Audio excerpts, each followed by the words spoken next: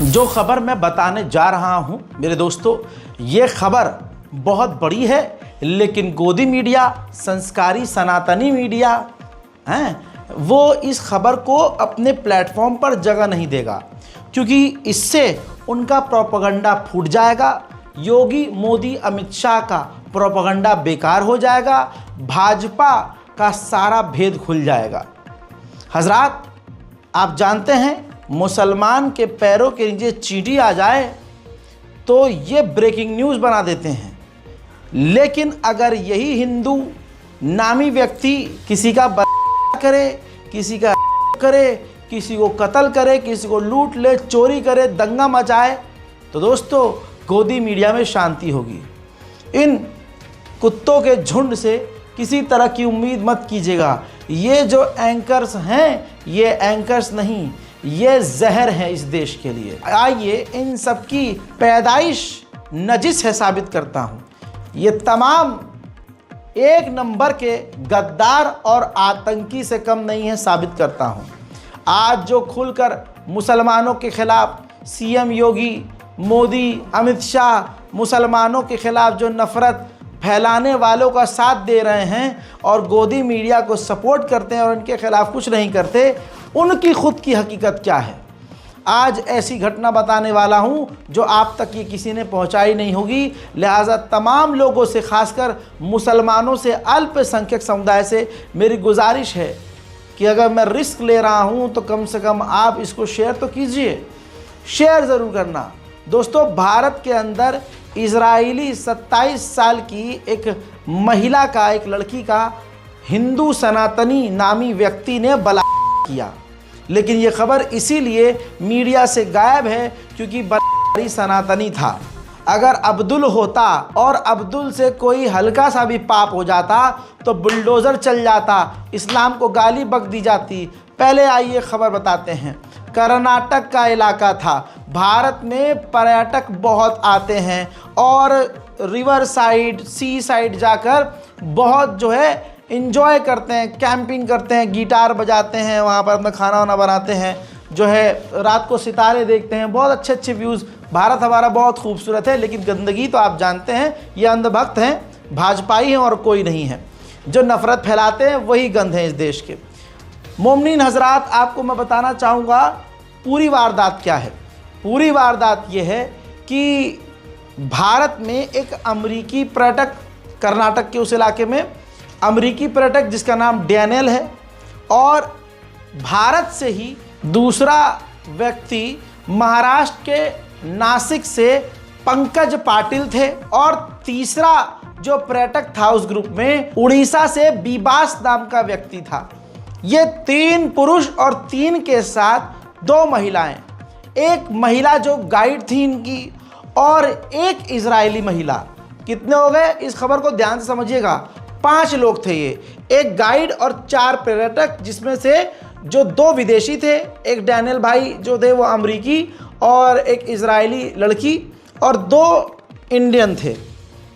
ये कर्नाटक में कोप्पल नाम की एक जगह, एक बहुत फेमस नदी है। कोप्पल जिले के रमणीय अनेगुंडी क्षेत्र में तुंगभद्रा नाम की जो नहर है, उस तुंगभद्रा नाम की नहर के बाजू में ये मौज कर रहे थे। समझ लीजिए कि व्यू ले रहे थे, गिटार बजा रहे थे। ये पुलिस, जो मैं आपको बता रहा हूँ, पुलिस का स्टेटमेंट है और FIR में है। तो मामला ये होता है 6 तारीख यानी 6 मार्च की ये रात 10:30 बजे का समय था। ये तमाम 5 लोग जो हैं, जो ग्रुप है, वो गिटार बजा रहा था, मौज कर रहा था, गाने गा रहा था।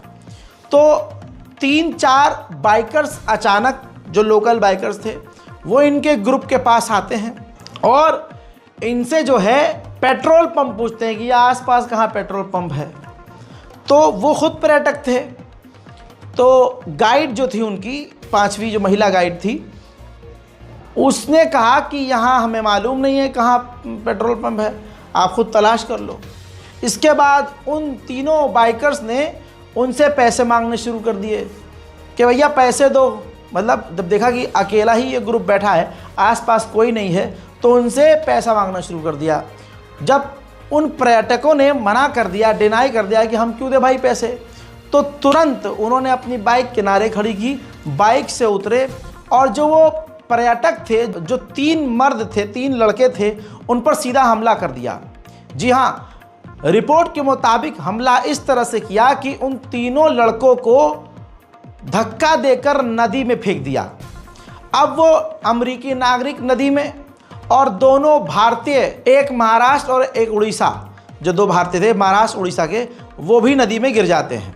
अब वो तीनों तैरने की कोशिश कर रहे हैं, बचने की कोशिश कर रहे हैं। इसी दौरान नदी पर किनारे खड़ी हुई जो उस पूरी छीना झपटी और बवाल में जो महिला थी, इंडियन लड़की जो गाइड थी उन सब की, सबसे पहले उनमें से एक लड़के ने उस महिला गाइड को घसीट कर पत्थर के पीछे ले गया और उनको न्यूड कर दिया, नंगा कर दिया और फिर उस लड़की के साथ बलात्कार शुरू कर दिया। इसी दौरान दूसरे लड़के ने, जो इजरायली 27 साल की लड़की थी, उसको बालों से पकड़कर घसीट के दूसरी तरफ ले गया और फिर उसके साथ किया। 2 लड़कियों के साथ तीनों ने बलात्कार किया, यानी जो वो थे बाइकर्स। और बलात्कार करने के बाद वो जो महिला गाइड थी लड़की, उसके पर्स से 9,500 रुपया कैश, 2 मोबाइल उनके ले लिए। और जब वो चीखने चिल्लाने लगी ही थी तब तक कोई आया नहीं था, क्योंकि वहाँ बिल्कुल अंधेरा था। और ये लूटपाट करने के बाद, बलात्कार करने के बाद ये बाइकर्स वहाँ से फरार हो गए। अगले दिन उस इंडियन महिला गाइड ने जाकर FIR करी और ये पूरी वारदात पूरी डिटेल में पुलिस को जानकारी दी और FIR में तमाम चीज़ें लिखी। पुलिस ने, कर्नाटक पुलिस ने आनन फानन जो कार्रवाई की, इन्वेस्टिगेशन की, उसमें पुलिस ने ये बताया कि ये झुंड में 5 थे और ताकत में भी उनसे ज़्यादा थे, लेकिन वो जो 3 आए थे वो इनसे कम थे। लेकिन देखने और घटना को समझने के बाद ऐसा लग रहा है कि वो 3 जो थे, उन तीनों के साथ और भी कई लोग थे। उकसाया उन्हें और कहा कि हाँ करो करो कार करो। अरे इजरायली लड़की कहाँ मिलती है भाई, हैं? हम तो वैसे ही इजराइल के साथ हैं। Israel, we are with you Israel, हम आपके साथ हैं। यही हिंदू समाज सोशल मीडिया पर लिखता है, Israel I stand with you. और यही जब इनको मिल जाती है, इजरायली लड़की मिल जाती है यहाँ इनको, तो ये उसका कर देते हैं। क्योंकि पुलिस ने पड़ताल में बताया कि जो 2 लोग पकड़े हैं हमने इन्वेस्टिगेशन करके, जांच करके, उनमें वो 2 व्यक्तियों के नाम, पहला है साई चेतन, संस्कारी दोस्तों, हिंदू समाज का, बहुसंख्यक समाज का। जी हाँ, वो सोशल मीडिया पर, ट्विटर पर जितने ये गोदी मीडिया के एंकर्स हैं, खासकर जो सोशल मीडिया ट्विटर पर हैं, मिस्टर सिन्हा, उनके रिश्तेदार निकले। और जैसे एक वो है चंदन शर्मा, उन्हीं के धर्म का।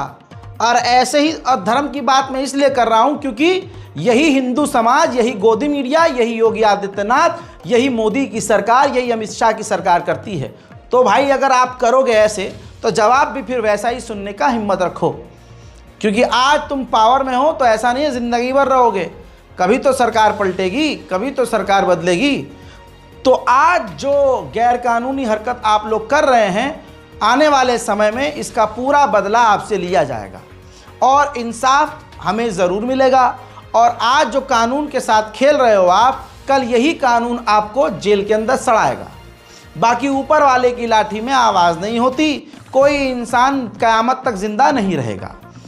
हजरात, अब आते हैं मुद्दे पर। बताया गया कि 2 को गिरफ्तार किया गया है इस मामले में, लेकिन सबसे बड़ी बात बताऊं, जो है इजरायली लड़की का और भारतीय लड़की का, वो साई चेतन है और दूसरा जो व्यक्ति है वो भी मल्लेश है। यानी अल्लाह का शुक्र है मल्लेश है, कोई मुल्ला नहीं है। जी हाँ, गोदी मीडिया इस खबर को तब तक नहीं दिखाएगा जब तक इसमें कोई मुस्लिम एंगल नहीं मिल जाएगा, लेकिन इंशाअल्लाह इसके अंदर मुस्लिम एंगल नहीं मिलेगा, इसलिए ये खबर हाईलाइट नहीं होगी। तीसरे की तलाश अभी जारी है। हजरात, तमाम भारतीयों को बता दूं कि यही बयान, जो पूरा मैंने कहानी आपको बताया है, यही एफआईआर में लिखा गया है और पुलिस ने ही बताया है। अब दिल दुखाने वाली बात ये कि अमेरिकी नागरिक डैनियल बुरी तरह से घायल है, अस्पताल में इलाज चल रहा है। साथ में डैनियल ने डूबते हुए अपने दूसरे इंडियन साथी जो कि महाराष्ट्र से थे उनको बचाया, लेकिन जो उड़ीसा का नौजवान विबास था वो अपने आप को बचा ना सका और सुबह उनकी लाश उसी समुद्र में तैरती हुई मिली है। यानी एक को इस संस्कारी समुदाय से आए हुए संस्कारियों ने कत्ल किया, दो एक इजरायली लड़की और एक इंडियन महिला का बलात्कार किया, एक विदेशी अमेरिकी नागरिक को समुद्र में फेंका और साथ में 2 भारतीयों को भी समुद्र में फेंका। अब दोस्तों किसी को अगर शक है तो आइए इन तमाम जो मुसलमानों को गरियाते हैं उनकी औकात दिखाते हुए प्रशासन जो इस पूरी वारदात को बयान कर रहा है सुनाते हैं। On 6th of this month, 5 persons, 2 of them ladies and 3 men, were assaulted by 3 miscreants who had come there near Sanapur canal and had assaulted 3 men and had sexually abused 2 females also. So based on the complaint given by the victim, we had registered attempt to murder, robbery and rape case at Gangavati Rural Police Station. And based on the information we had, we have arrested 2 persons today. One of the person is Handi Mallesha alias Handi Malya. Another person is Chetan Sai. Both of them belong to Sai Nagar of Gangavati. We have to arrest one more person. They have revealed his name also. Very soon we will be arresting the other person. अब तमाम मुसलमान याद रखें, social media पर लिखें जो हमारे पैगंबर इस्लाम और हमें गालियां बक रहा है उनको इस वीडियो के लिंक को पहुंचाएं ताकि वो अपनी औकात देखें और अपना गरीबान, ये उनका गरीबान है। ट्वीट करके कर्नाटक के सीएम ने भी अफसोस जताया है और कहा है कि ये शर्मनाक है जिस तरह से इजरायली महिला का गया और जो होम स्टे ऑनर थी यानी जो गाइड थी लड़की उसका किया गया। कमाल ये है कि अभी एक दिन पहले ही महिला दिवस गुजरा है, वुमेन्स डे गुजरा है। ऐसे में एक संस्कारी समुदाय से आए लोगों ने बता दिया कि उनके यहाँ क्या संस्कार दिए जाते हैं। खुदा ना खास्ता इसमें अगर कोई मुसलमान होता तो कहते कि मदरसे वालों के यहाँ आया होता है। मदरसे पढ़ने पर मदरसे में यही पढ़ाया जाता है जो विदेशी और इजरायली लड़की का जानबूझकर उस मुल्ले ने बुलाया क्योंकि बदला लेना था।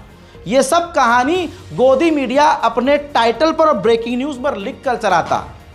तमाम लोगों से अनुरोध है कि इन कुत्ते, अलग अलग प्रजाति के ये कुत्ते हैं, इन पर किसी भी तरह से भरोसा ना करें। और मुसलमान इतना बेवकूफ़ है कि फिर भी इन तमाम चैनलों को अपने घर में चलाकर इनकी टीआरपी बढ़ाता है। हजरात सिर्फ इतना ही नहीं, अभी पिछले साल ही झारखंड के दुमका के इलाके में एक बाइकर महिला जो अपने हस्बैंड के साथ 28 साल की महिला अपने 67 साल के हस्बैंड के साथ जो पूरी दुनिया में 6 साल में लगभग 60 से ज़्यादा देशों में घूम चुकी और भारत आई थी पाकिस्तान होते हुए। साथ ही पाकिस्तान में इनको कुछ नहीं हुआ, इनको अफ़गानिस्तान में तालिबान के सामना करने पर भी कुछ नहीं हुआ। ये सब जगह घूमकर भारत जब आई तो बता दूं कि ये बाइकर होते हैं। तो इन्होंने दुमका के इलाके में किनारे टेंट लगा लिया और अपनी बीवी के साथ ये मतलब कपल जो है अपने उस टेंट में सो गए। 7 लोग वहाँ पर जो लोकल हैं वो वहाँ पहुँचते हैं और इन पर हमला करके इनका रेप करते हैं। मतलब महिला का पति के सामने, हस्बैंड के सामने उस लड़की का रेप है जिसका हिम्मत, जिसकी अंदर इतनी ताकत थी, इतना हौसला था कि वो 67 देशों को घूम चुकी थी, दौरा कर चुकी थी और बाइक से पूरी दुनिया घूम रही थी। जब वो भारत आई तो उसकी हिम्मत पर 7 लोगों ने थूक दिया और फिर उसका उसके पति के सामने किया।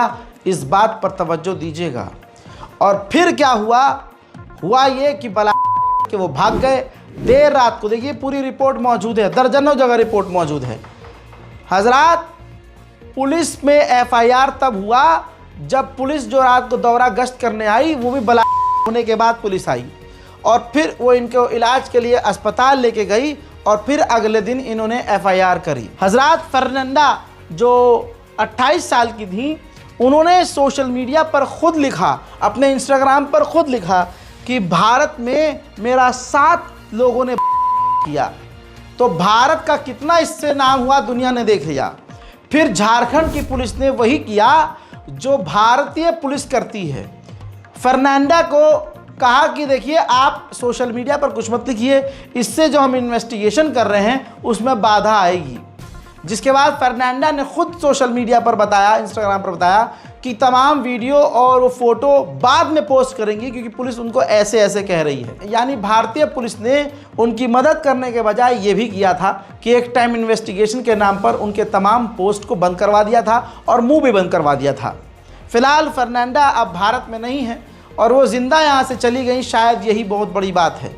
पिछले साल की एक खबर है, मीडिया में बिल्कुल शांति रही और न शोर शराबा मचाया गया। पुलिस ने उन 7 बलात्कार का नाम अभी तक नहीं खोला है, वजह आपको अच्छे से पता ही है। अब आप सोच सकते हैं कि हम यहाँ वुमेन एम्पावरमेंट की, अरे महिला दिवस है भाई आज, ये सब बातें कर रहे हैं, लेकिन असलियत ये है मुसलमान को गाली बकी जाती है, लेकिन का किसी मज़हब से किसी धर्म से कोई लेना देना नहीं होता है। लेकिन हम उसी अंदाज में आपको ये बात बता रहे हैं जिस अंदाज में गोदी मीडिया बताता है। अब आप कहेंगे कि फिर आप में और उसमें फ़र्क क्या रह गया? भाई फ़र्क यहाँ नहीं देखना है, आप ये देखिए कि इसी गोदी मीडिया ने एक पूरे समुदाय और समाज को ही आतंकी और कोरोना फैलाने वाला पता नहीं हर चीज़ का इल्ज़ाम लगाकर मुसलमानों से हिंदुओं को नफरत करवा दी है। तो अब जब तक दूसरे लोगों को इस बात का एहसास नहीं होगा जो हम फील करते हैं, जब वो फील करेंगे तब जाकर उनको दर्द समझ में आएगा। लिहाजा आपने देखा कि आज संस्कारी नामी व्यक्ति ने भारत के कर्नाटका में या इजरायली महिला का, इजराइल इस पर क्या करेगा नहीं पता। डोनाल्ड ट्रंप से उम्मीद है कि डोनाल्ड ट्रंप अपने नागरिक जो भारत में पीटे गए हैं उस पर कुछ न कुछ ज़रूर करें। हमें यह भी यकीन है क्योंकि अमेरिका से मोदी सरकार कितनी डरती है ये सबको पता है, तो हमें ये यकीन है कि इस घटना पर कार्रवाई जल्द होगी और जो गुनहगार हैं वो गिरफ्तार ज़रूर होंगे। लेकिन ऐसी घटनाएं लगातार क्यों हो रही हैं? उसकी वजह यह है कि सरकार को ऐसी घटनाओं को गिनने के बजाय सरकार गिन रही है हमारे सालाना जुम्मे के 55 मरतबा साल में मुसलमान जुम्मा पड़ता है। हजरात आपको CEO साहब ये याद होंगे और इनका बयान भी आपको याद होगा, जिन्होंने संभल में खड़े होकर मुसलमानों को हड़काया, मतलब प्यार प्यार में एक तरह से धमकी दे डाली कि अगर मुसलमान को रंग से नफरत है तो एक दिन घर के अंदर रहे, बाहर ना निकले। क्या ये संभल का CEO इस बात को कह सकता है कि अगर बकरीद को कोई ज़बरदस्ती मुसलमान पकड़कर किसी हिंदू को मुर्गा खिला दे, बकरा खिला दे तो हिंदू बर्दाश्त करे?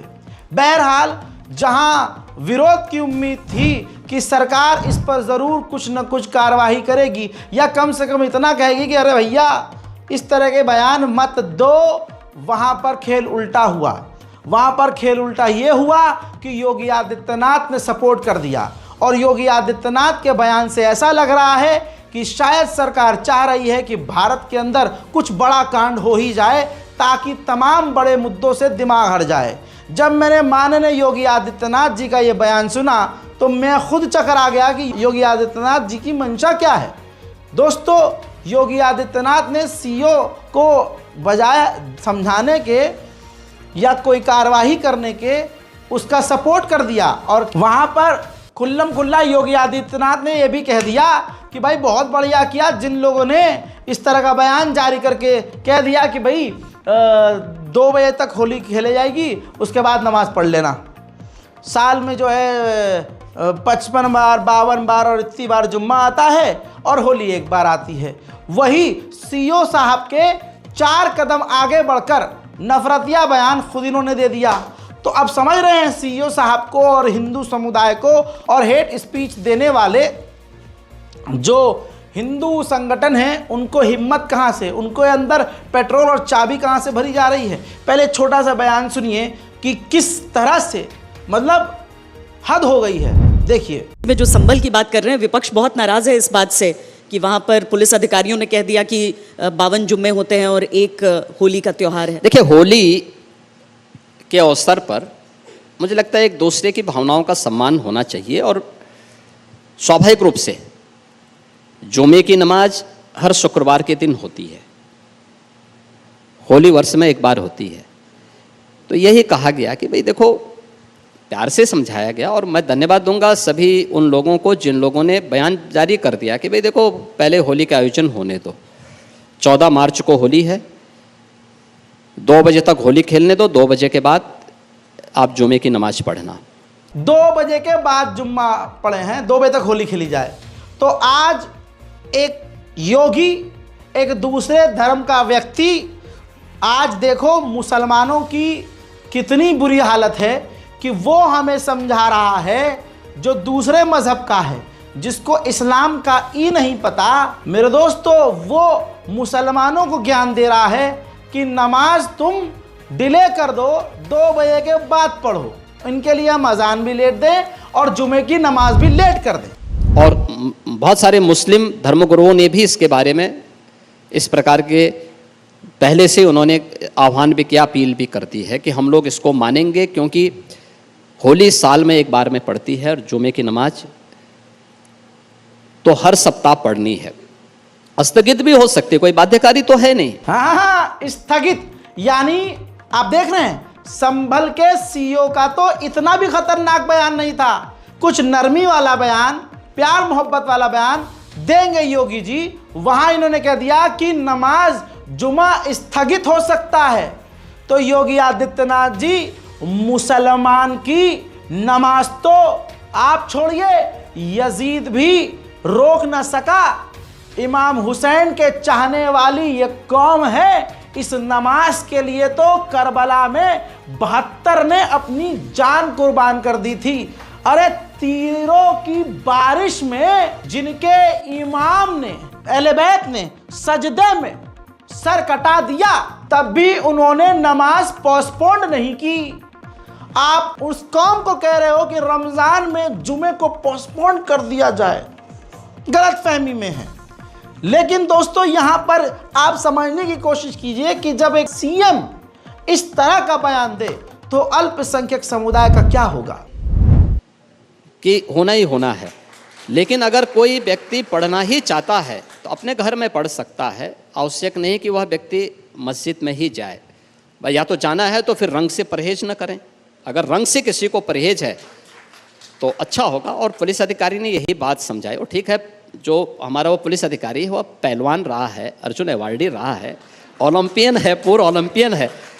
तो अब पहलवान की बात है तो पहलवानी की तरह बोलेगा तो थोड़ा कुछ लोगों को बुरा लगता है, लेकिन सच है, उस सच्चाई को स्वीकार करना चाहिए। अच्छा, देखा, यहां पर ईसाई समुदाय हो, यहां मुस्लिम समुदाय हो, अल्पसंख्यक समुदाय को सीएम योगी आदित्यनाथ का दिमाग समझना चाहिए। क्या कह रहे हैं? दूसरे धर्म का एक व्यक्ति मुसलमान को ज्ञान दे रहा है कि नमाज तुम छोड़ दो या घर में पढ़ लो, जुमा घर में पढ़ लो अगर रंग से दिक्कत है। यानी इन्होंने हिंदुओं को इनडायरेक्ट वे में कह दिया कि अगर तुम मुसलमानों पर रंग डाल भी देते हो तो कोई बात नहीं है, लिख के ले लो। ऐसी बहुत सारी घटनाएं होंगी अब, क्योंकि योगी आदित्यनाथ जी ने कह दिया कि अगर मुसलमान को रंग से दिक्कत है तो उस दिन घर में रहे। तो यानी अगर हिंदू समुदाय जो जानबूझकर मुसलमानों के ऊपर रंग डालेगा ही डालेगा, हमारी महिलाओं के ऊपर बुर्खा वाली लड़कियों और औरतों को देखकर जानबूझकर उन पर रंग डालेगा ही डालेगा, क्योंकि अब उनके पास लाइसेंस है। और जब मुसलमान विरोध करेगा तो कहेगा योगी जी का बयान नहीं सुनने हो क्या, घर में क्यों नहीं थे आज? योगी जी ने कहा था रंग से दिक्कत है तो घर में रहो, अब आए हैं तो हम तो लगाएंगे। आप समझ रहे हैं? ये सब एक तरह से बिना बोले बहुत कुछ बोल दिया गया है। फिर आदित्यनाथ जी कह रहे हैं कि घर में जुम्मा पढ़ लो, और पहलवान है तो भाई वो ऐसा बोलेगा ही, उसकी लैंग्वेज ऐसी होगी। अच्छा, तो अगर कोई जाट मुसलमान है और वो योगी आदित्यनाथ से या किसी अफसर से, जैसे वो जाट भाषा में बोलते हैं, क्या कह रहा है, इस तरह से कह के या कोई एड़ी टेढ़ी भाषा कर दे तो बर्दाश्त होगा? तब तो भावनाएं और तुम्हारा जमीर और अंदर का ईगो तकलीफ में आ जाएगा। लेकिन यहाँ पर सीईओ साहब को बचाना था, फुल सपोर्ट करना था और सीईओ साहब को खुली छूट देनी थी कि इस तरह से और खतरनाक बयान दो। वहीं एबीपी न्यूज़ की एक महिला एंकर ने जो बहुत जेन्युइन और बहुत अच्छी बात कही है, उनको भी सुनिए और शेयर कीजिए। पुलिस अधिकारी को यह गलतफहमी हो गई है कि वो वर्दी पहनकर सिंघम बन गया है। इनकी हालत यह है कि तन पर खाकी है और जुबान पर खुलेआम धमकी। इस अधिकारी का नाम अनुज चौधरी है और ये संभल में सीईओ की जिम्मेदारी संभाल रहे हैं। आपको पता है कि इस बार होली का त्योहार 14 मार्च को जुमे के दिन यानी शुक्रवार को पड़ रहा है। रमजान का पाक महीना चल रहा है, ऐसे में जुमे का भी खास महत्व है। अब क्योंकि संभल एक संवेदनशील इलाका है, ऐसे में होली और रमजान के महीने में अराजक तत्व माहौल ना बिगाड़ दे, इसको लेकर पुलिस प्रशासन सतर्क है। लेकिन इस सतर्कता के बीच सीईओ अनुज चौधरी ने एक बयान दिया। इस बयान को सुनकर लगता है कि वो एक खास वर्ग का पक्ष ले रहे हैं और समझाने की बजाय दूसरे वर्ग को धमका रहे हैं।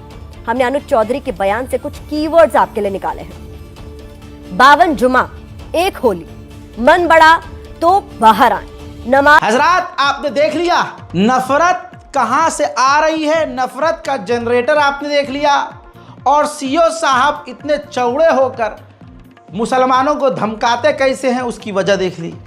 एक वो अधिकारी है, एक बुलंदशहर के एसएसपी श्लोक कुमार साहब हैं। पत्रकारों ने उनसे सेम सवाल किया तो इतनी सादगी और समझदारी और मोहब्बत से जवाब दिया कि अगर नफरत में डूबा कुत्ते का बच्चा भी अगर भौंकने की कोशिश करे तो इस अधिकारी की किसी बात में नफरत दिखा नहीं सकता। ये एग्जाम्पल है। लेकिन मेरे दोस्तों, पहले ये वीडियो आपको देखना होगा ताकि मेरे साथ साथ आप भी एग्री करें। होली के दिन ही जुमा पड़ रहा है, क्या कहेंगे? ये त्योहारों का समय चल रहा है, आप जैसा सब अवगत हैं, और जो आगामी समय है उसमें होली और ईद दोनों त्योहार मनाए जाने, इसके दृष्टिगत आज थाने पे मेरे ODM साहब के द्वारा क्षेत्रीय जनता से वार्ता भी की गई। साथ ही साथ जो अभिलेख हैं उनका अवलोकन किया गया और यहाँ स्थानीय भ्रमण किया गया है। जो होलिका के स्थल थे उनको देखा गया, साथ ही वहाँ के जो क्षेत्रीय जनता है उनसे वार्ता की गई और हमारी तैयारियां पूर्ण है। पुलिस और प्रशासन अपनी सारी तैयारियां कर चुका है। हमें पूरा विश्वास है कि शांतिपूर्ण और सौहार्दपूर्ण वातावरण में ये त्योहार हम लोग संपन्न करवाएंगे। सर, जनता से क्या अपील करेंगे? देखिए, त्योहारों का समय खुशियों का होता है और साथ ही साथ अपनी जिम्मेदारी समझना भी बहुत महत्वपूर्ण है।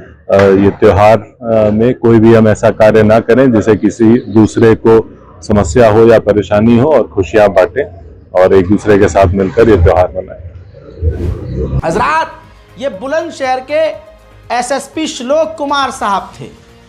ऐसा होता है अधिकारी। लेकिन साफ बात है, ये तरक्की नहीं कर पाएंगे क्योंकि ये योगी आदित्यनाथ जी के फेवरेट हो ही नहीं सकते।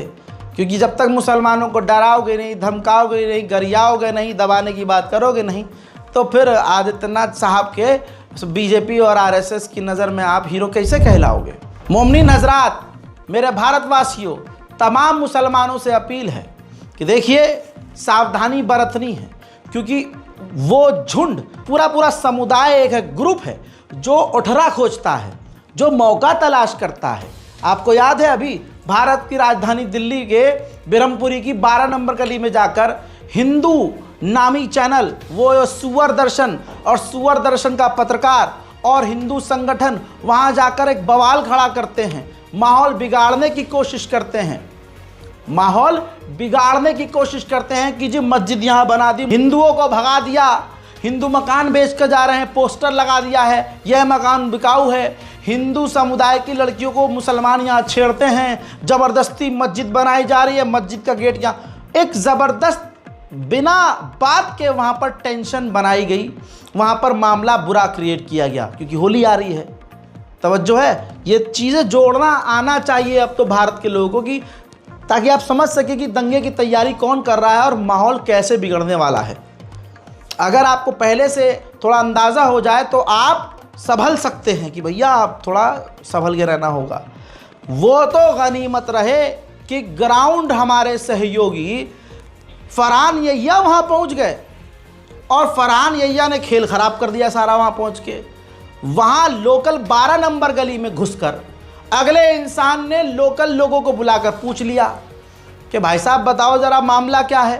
तो वहाँ के लोकल लोगों ने बताया कि जो हिंदू आकर इस तरह का बयान दे रहे थे यहाँ पर, वो यहाँ के है ही नहीं, वो बाहर से आए हैं।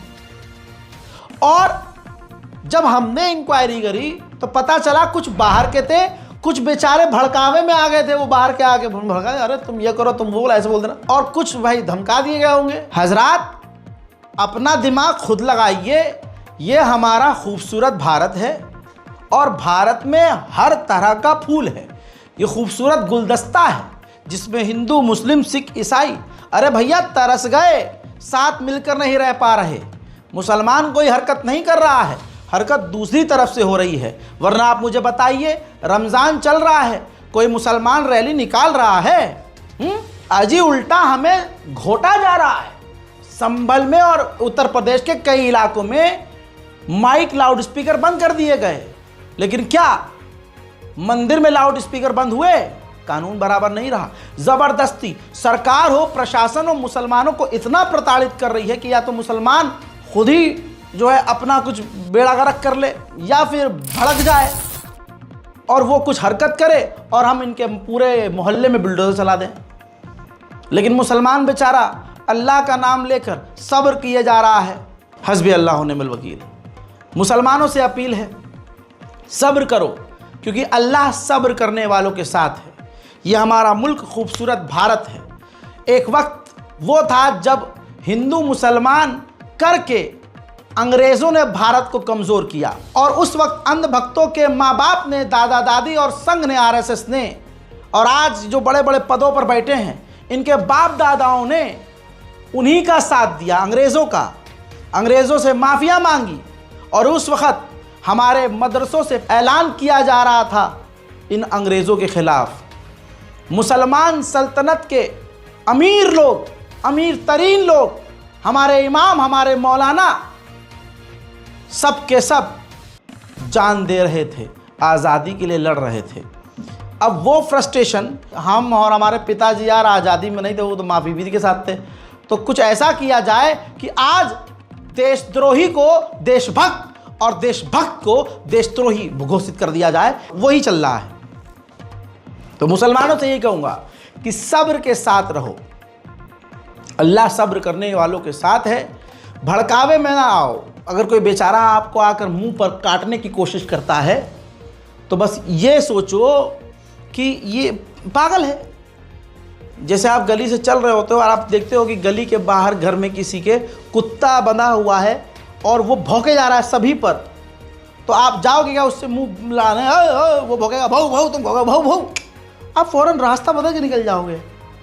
दूसरा एग्जाम्पल ये, आप चल रहे हो, रास्ते में अगर गू पड़ा हो तो आप गू पे पैर रख के नहीं जाओगे ना, आप गू से बच कर निकल जाओगे। तो आपको दंगे, फसाद और भड़कावेपन से इसी तरह से बच के जाना है। कोई हमें भड़काए, कोई हमें उल्टा सीधा बोले, हमें कानून का रास्ता नहीं छोड़ना। कानून, देखिए, संविधान हमारा साथ देगा, लेकिन हमें सब्र के साथ साथ हमें उम्मीद भी नहीं छोड़नी चाहिए। अल्लाह पर यकीन करो, कानून पर यकीन करो, और मुल्क को तोड़ने का जो लोग काम कर रहे हैं उनके फ़ायदे के लिए बहकावे में आकर कोई काम मत कर देना। जुमे की नमाज़ पढ़ो। जुमे की क्यों पढ़ो भाई साहब? 365 दिन पढ़ो, 5 टाइम पढ़ो, नफल पढ़ो, वाजिब पढ़ो, जो पढ़ना है पढ़ो, कुरान की तिलावत करो, सब करो। भाई हम तो कुछ नहीं, हम कुछ बिना किए आग लगा सकते हैं इनके पिछवाड़ों में, क्योंकि शैतान तिलावत कुरान से भड़क जाता है, शैतान मस्जिद में अजान की आवाज़ सुन के भड़क जाता है, शैतान 2 रकत नमाज। तो हमें करना कुछ नहीं है, अपनी मस्जिदों में मोहब्बत और प्यार से नमाज पढ़ो, ठीक है। बाकी योगी आदित्यनाथ जी ने कही दिया है कि मिल बांट कर भाई साहब थोड़ा सा, हाँ, और बहुत सारे अधिकारी हैं, मिल बांट कर। तो ईद पर गले मिलिए। जो हमें 12 महीने जलील करते हैं, मारने की कोशिश करते हैं, उल्टा सीधा बोलते हैं, उनके लिए भी अपने आप बाहें फैलाइए और कहिए भाई ईद मुबारक। इस रिपोर्ट को शेयर कीजिए, दुआओं में याद रखिए। जय हिंद।